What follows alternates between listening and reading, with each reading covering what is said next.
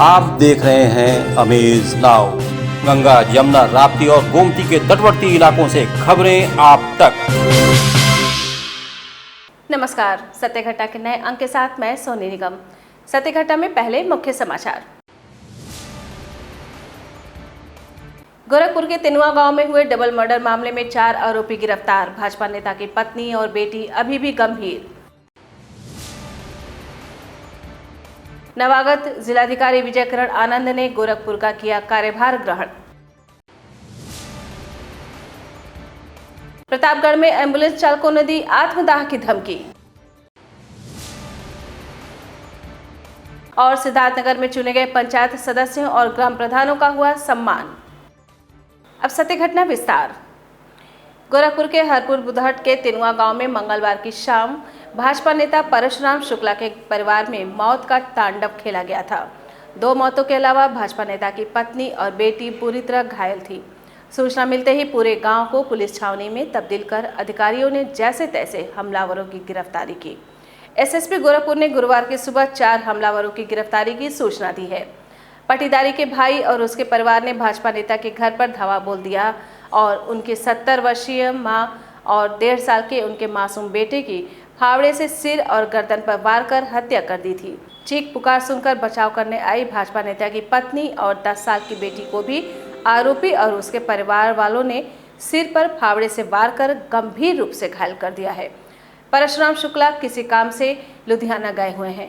घटना की सूचना के बाद उन्होंने ईमेल के माध्यम से तहरीर भेजी है। पुलिस ने उनकी तहरीर पर सीताराम शुक्ल और उसके परिवार वालों के खिलाफ मुकदमा दर्ज कर आरोपियों को महज 24 घंटे में गिरफ्त में लेकर जेल भेज दिया। आपको बता दें कि मंगलवार की दोपहर पुलिस IGRS पोर्टल की शिकायत की जांच और पूछताछ के लिए सीताराम शुक्ल के परिवार वालों के पास आई थी। पुलिस के जाने के बाद शाम 7 बजे के आसपास सीताराम ऑटो चलाकर वापस लौटा तो परिवार वालों ने इसकी जानकारी सीताराम को दी। इसके बाद उसके सिर पर खून सवार हो गया।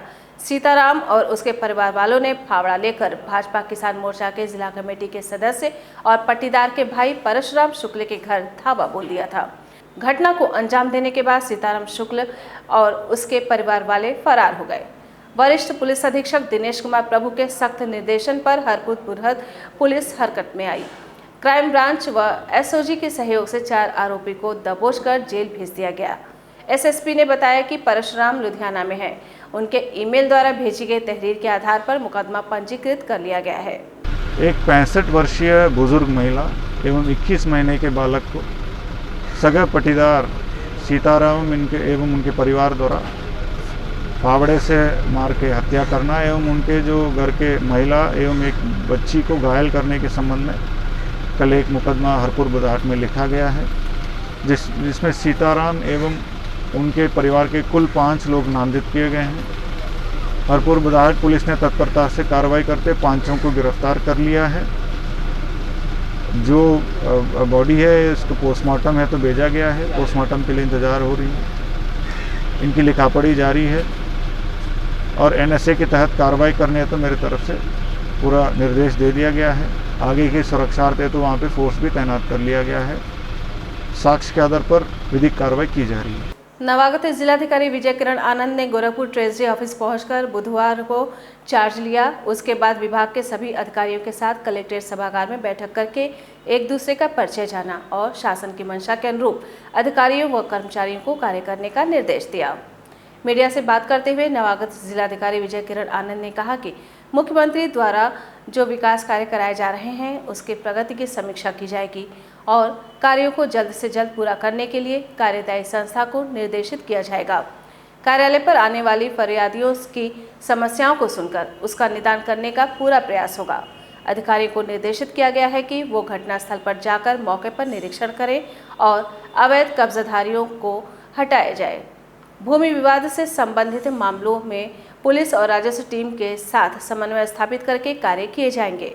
फरियादियों की समस्याओं का निदान करने के लिए अधिकारी कार्यालय पर भी बैठे। देखिए, हर एक प्रभार जो है स्वतंत्र होता है। उस प्रभार के रहते हुए पूरी टीम के साथ सभी के सामंजस्य से कटिबद्ध प्रयास करते हुए शासन की योजनाओं को लागू करने का प्रयास होना चाहिए और होगा। और इसी दिशा में हम लोग सभी पूरी टीम मिलकर यहाँ पे काम करेंगे और कोशिश ये होगी शासन की योजनाओं के मंशा के अनुसार लक्ष्यों की पूर्ति हो और सभी जनमानस को लाभ पहुंचाया जाए और सबसे दुरुस्त और सबसे कमज़ोर वर्ग के लोगों को राहत और योजनाओं का लाभ मिल सके, पारदर्शितापूर्वक यही कोशिश की जाएगी। सरकारी एम्बुलेंस चालकों का अभी तक चक्का जाम धरना प्रदर्शन जारी है। उसी क्रम में आज एम्बुलेंस चालकों ने अर्धनग्न होकर जमकर नारेबाजी की। अगर मांगे पूरी न की गई जल्द तो वो आत्मदाह कर लेंगे। प्रतापगढ़ में लगातार एम्बुलेंस चालकों की हड़ताल जारी है। हड़ताल के कारण एम्बुलेंस के पहिए थमे हुए हैं। पृथ्वीगंज हवाई पट्टी पर डेरा जमाए एम्बुलेंस चालकों ने आज अर्धनग्न होकर प्रदर्शन किया। हाथ में महाआंदोलन का बैनर लेकर अर्धनग्न होकर जमकर नारेबाजी की गई। आंदोलित चालक अपने हक के लिए जेल भरो आंदोलन की तैयारी में हैं। इनका दावा है कि अगर हमारी मांगे पूरी नहीं हुई तो हम इन्हीं एम्बुलेंस से डीजल निकालकर आत्मदाह कर लेंगे। कि आप सभी भाई देख रहे हैं कि अभी तक हमारी मांगे पूरी नहीं हुई हैं और अभी प्रदेश स्तर पे भी हड़ताल जारी। हमारे बहुत से कर्मचारी लखनऊ पहुंच रहे हैं और आगे अब अगर प्रशासन आता है और हम लोगों से भी एक गाड़ी भी मांगता है तो हम लोग उनको डायरेक्ट चाबी देंगे और सीधा लखनऊ को कूच करेंगे। बिल्कुल सभी भाई ध्यान दें, जेल भरो आंदोलन होगा। सिद्धार्थनगर जिले के लोटन ब्लॉक परिसर में भारतीय जनता पार्टी द्वारा नवनिर्वाचित प्रधानों व क्षेत्र पंचायत सदस्यों का अभिनंदन समारोह कार्यक्रम का आयोजन किया गया। सम्मान समारोह का आयोजन सदर विधायक शांतनी राही द्वारा किया गया। इस अवसर पर क्षेत्र पंचायत सदस्य व ग्राम प्रधानों को अंग वस्त्र भेंट कर सम्मानित करने के बाद सदर विधायक शांतनी राही ने कहा कि प्रदेश के मुख्यमंत्री योगी आदित्यनाथ का निर्देश है कि सभी निर्वाचित जनप्रतिनिधियों को सम्मानित किया जाए। यही लोग विकास की कड़ी है। आपसी समरसता रखने की जरूरत है। अभी तक किसी ने प्रतिनिधियों को सम्मान देने का कार्य नहीं किया है, लेकिन भाजपा कर रही है। चुने हुए ग्राम पंचायत प्रतिनिधियों को चाहिए कि सरकार द्वारा जारी जन कल्याणकारी योजनाओं का लाभ ग्रामीणों तक पहुंचाने का कार्य करें। इस दौरान आशीष सिंह, अरविंद मणि त्रिपाठी, सुरेंद्र मणि त्रिपाठी, रामनिवास यादव, छगन नारायण सिंह, अजय सिंह, मूसे सिंह, केदारनाथ गुप्ता, फूलचंद कनौजिया, शंभू जायसवाल, सुनील सिंह, सुग्रीव कुमार, पंकज वर्मा, डब्ल्यू तिवारी आदि मौजूद रहे। जो कोई सरकार नहीं आज तक किया था, उस कार्य को भारतीय जनता पार्टी की सरकार संकल्पित होकर के उस कार्यों को करते हुए समरसता कायम करने का काम कर रही है, विकास को जोड़ने का काम कर रही है कि जिससे हमारे क्षेत्र पंचायत सदस्य, ग्राम प्रधान और विकास खंड अधिकारी सभी लोग एक सूत्र में बंध करके विकास के कार्य में गति दें, उसको आगे बढ़ावें। ये माननीय परम पूज्य योगी आदित्यनाथ महाराज जी का और हमारे माननीय नरेंद्र मोदी प्रधानमंत्री जी का ये आह्वान था।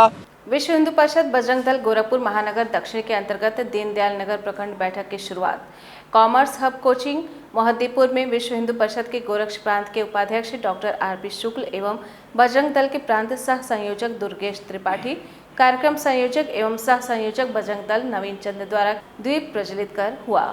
बैठक को संबोधित करते हुए प्रांत उपाध्यक्ष डॉक्टर आर.पी. शुक्ल ने कहा कि हिंदुस्तान का विभाजन धर्म के नाम पर हुआ था, परंतु भारत उदारता दिखाकर सर्वधर्म समभाव के साथ सबको सम्मान दिया। परंतु आज भारतवर्ष में ही हिंदुत्व आधारित संस्कृति सुरक्षित नहीं रह गई है। अगर युवा शक्ति ने संगठित, सुसंस्कृत एवं सक्षम होने के साथ समाज एवं देश की सेवा का विचार अपने मन में बैठा लिया तो आने वाला समय भारत विश्व गुरु के रूप में पूरे विश्व में प्रतिष्ठित होगा। उन्होंने आगे कहा कि युवाओं का अपना रोल मॉडल स्वामी विवेकानंद और भगवान श्री हनुमान को बनाना चाहिए, क्योंकि इनके जीवन का चरित्र अगर पालन करते हैं तो युवाओं का सर्वांगीण विकास होगा। बैठक को संबोधित करते हुए बजरंग दल के सह प्रांत संयोजक दुर्गेश त्रिपाठी ने विश्व हिंदू परिषद के स्थापना काल से लेकर आज तक के कार्यों के बारे में बताते हुए कहा कि विहिप सदैव हिंदू हितों की रक्षा के लिए आगे रहा है। विहिप सामाजिक भेदभाव, छुआछूत को मिटाने के लिए कार्य करता है। हम ऐसा भारत चाहते हैं जहां सब समान हो, कोई जातिगत भेदभाव ना हो। उन्होंने कोरोना काल में विश्व हिंदू परिषद बजरंग दल के कार्यकर्ताओं द्वारा किए गए अदम्य साहस के साथ सेवा कार्य का उल्लेख करते हुए नौजवानों को देश समाज के लिए सेवा के कार्य में आगे आने एवं रक्तदान के लिए प्रेरित किया। कार्यक्रम का आभार ज्ञापन सह संयोजक नवीन चंद तथा संचालन जिला सुरक्षा प्रमुख रंजीत कसौधन ने किया। आप ये इमेजिन करिए कि भारतवर्ष, आप एक बार आंख बंद करके सोचिए भारतवर्ष का है। भारतवर्ष जो आंख बंद करेंगे तो आपको दिखाई पड़ेगा भारतवर्ष एक ऐसा देश है जहाँ भाई भाई राम लक्ष्मण के जैसे रहते हैं, जहाँ पे एक जो सहयोगी है वो हनुमान बन जाता है, वो आज पूजनीय है, भले ही वो ऐसे समाज से आते हैं जिनको हम लोग वानर कहते हैं। भारतवर्ष वो भारतवर्ष है जहाँ पे गौ को माता कहा जाता है, जहाँ बहनों में दुर्गा माँ दिखती हैं, जहाँ बहनों में आपको अरुंधति और रानी लक्ष्मीबाई दिखती हैं। लेकिन क्या आज भारत ऐसा बन रहा है? कांग्रेस के राष्ट्रीय नेतृत्व ने सेवा दल को पुनः मजबूत करने के दृष्टिगत कुछ नए फेरबदल कर उन्हें अपने अपने क्षेत्रों में जाने का निर्देश दिया है। इसी क्रम में गोरखपुर महानगर सेवा दल के नवनियुक्त संगठक आशीष पांडे का सेवा दल के कार्यकर्ताओं ने फूल माला पहनाकर स्वागत किया। मीडिया से मुखातिब गोरखपुर महानगर सेवा दल के संगठक आशीष पांडे ने बताया कि आरएसएस का दोहरा चरित्र रहा है, जबकि कांग्रेस शुरू से अंग्रेजों से टक्कर लेता रहा है। उन्होंने कहा कि अब कांग्रेस इस सरकार के खिलाफ एक नई जंग का ऐलान करती है। अपने अध्यक्ष जी के नेतृत्व में अपने कांग्रेस के वरिष्ठ जनों से मिलकर के, अपने फ्रंटल इकाई से मिलकर के इस पूरे शहर के अंदर एक मैं रथ निकालने वाला हूं। उस रथ का नाम होगा भारतीय एकता और शांति, और विकास के मुद्दे पर हम चर्चा करेंगे। वो रथ हम बहुत जल्दी निकाल करके उन लोगों से मिलने की कोशिश करेंगे, हमारे जो कांग्रेस जो गाँव में हैं, जो शहरों के अंदर उपेक्षित पड़े हुए हैं, जो बहुत दूर हैं, वोट तो कांग्रेस को देते हैं लेकिन वो उपेक्षित होकर घर में पड़े रहते हैं, उन सबको हम कांग्रेस से जोड़ने काम करेंगे। हम समन्वय की भाव से इस संगठन को एक जिजीविषा और संगठन को जीवंत करने का काम करेंगे। उसके बाद हम कांग्रेस के लोगों को भी जोड़ने का काम करेंगे। पहले संगठन को अपने मजबूत करेंगे और कांग्रेस के नीतियों को हम वार्ड वार्ड में पहुँचाएंगे। यथाशीघ्र गठन करके हम सशक्त एक संगठन बना करके भारतीय जनता पार्टी के खिलाफ एक मजबूत लड़ाई लड़ने का काम करेंगे। खबर यूपी के बलिया से है, जहां बलिया जनपद के गढ़वाड़ थाना क्षेत्र के रतसर के भटवलिया में सीताराम यादव ने अपनी खेत की मिट्टी कुछ साल पहले भट्टा मालिक को बेचा था। जब सीताराम यादव की खेत में गड्ढा हो गया तो बगल के खेत शिवजी यादव की जमीन में पानी निकासी के लिए सीताराम यादव पक्ष दबाव बनाने लगा, लेकिन शिवजी यादव ने जिलाधिकारी से लेकर एसडीएम तक को पत्र दिया। एसडीएम ने जांच कर कार्रवाई की बात कही, लेकिन विपक्षी गढ़ द्वारा लगातार सड़क की खुदाई कर सड़क में पाइप डालने का प्रयास किया गया। वहीं पीड़ित अधिकारियों तक अपनी समस्या सुनाने के बाद तहसीलदार ने मौका मुआयना किया और कहा कि ग्राम समाज की गढ़ी में पानी का निकास किया जाएगा, लेकिन सीताराम यादव के लोगों ने अधिकारियों की बातों को नजरअंदाज कर दिया। वहीं पीड़ित ने अधिकारियों से न्याय की गुहार लगाई है, लेकिन अभी तक पीड़ित परिवार को न्याय नहीं मिला है। वहाँ से वो है और जो अधिकारी साहब आए थे तो कुल समझ बूझ के देख करके और यहाँ से दिखा के गए कि पानी यहाँ से निकाल दो, और जब यहाँ से पानी नहीं निकलेगा इसके बाद हम सोचेंगे और आगे की व्यवस्था करेंगे। तो साहब ये बताइए, वहाँ से वो है साइफन लगेगा तो वहाँ से वो है सरकारी जो वो 50 बरस है उसको भी कोई नहीं झरवा रहा है। वहाँ यहाँ से पोखरी में पानी गिरने का मतलब कि दो तरह का पानी निकास हो जा रहा है।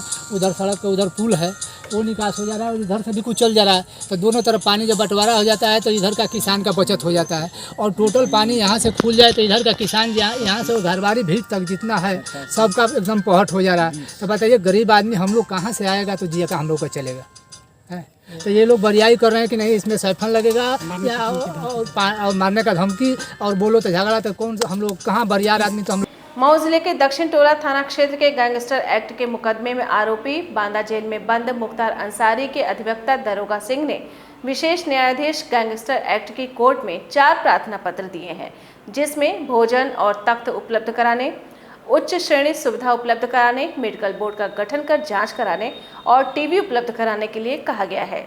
बुधवार को विशेष न्यायाधीश की अदालत में सभी 4 प्रार्थना पत्रों पर सुनवाई हुई। इसमें भोजन और तख्त उपलब्ध कराने में 2 सितंबर की तिथि नियत की गई। उच्च श्रेणी सुविधा उपलब्ध कराने के मामले में 8 और मेडिकल बोर्ड का गठन कर जांच कराने के मामले में 6 सितंबर की तिथि नियत की गई।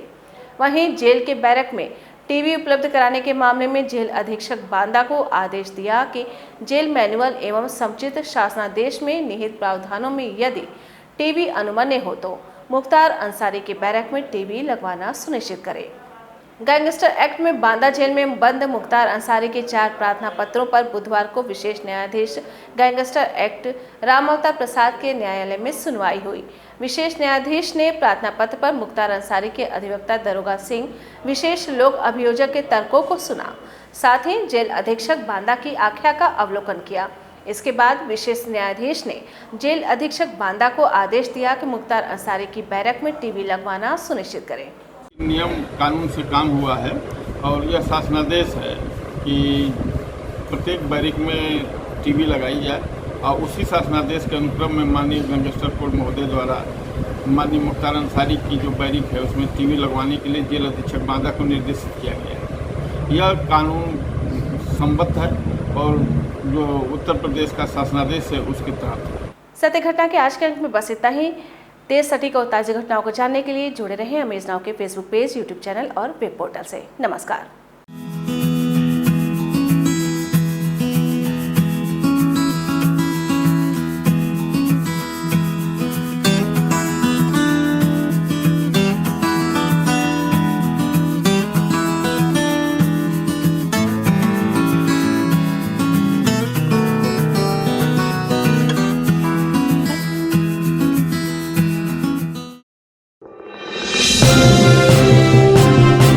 आप देख रहे हैं अमेज नाउ। गंगा, यमुना, राप्ती और गोमती के तटवर्ती इलाकों से खबरें आप तक।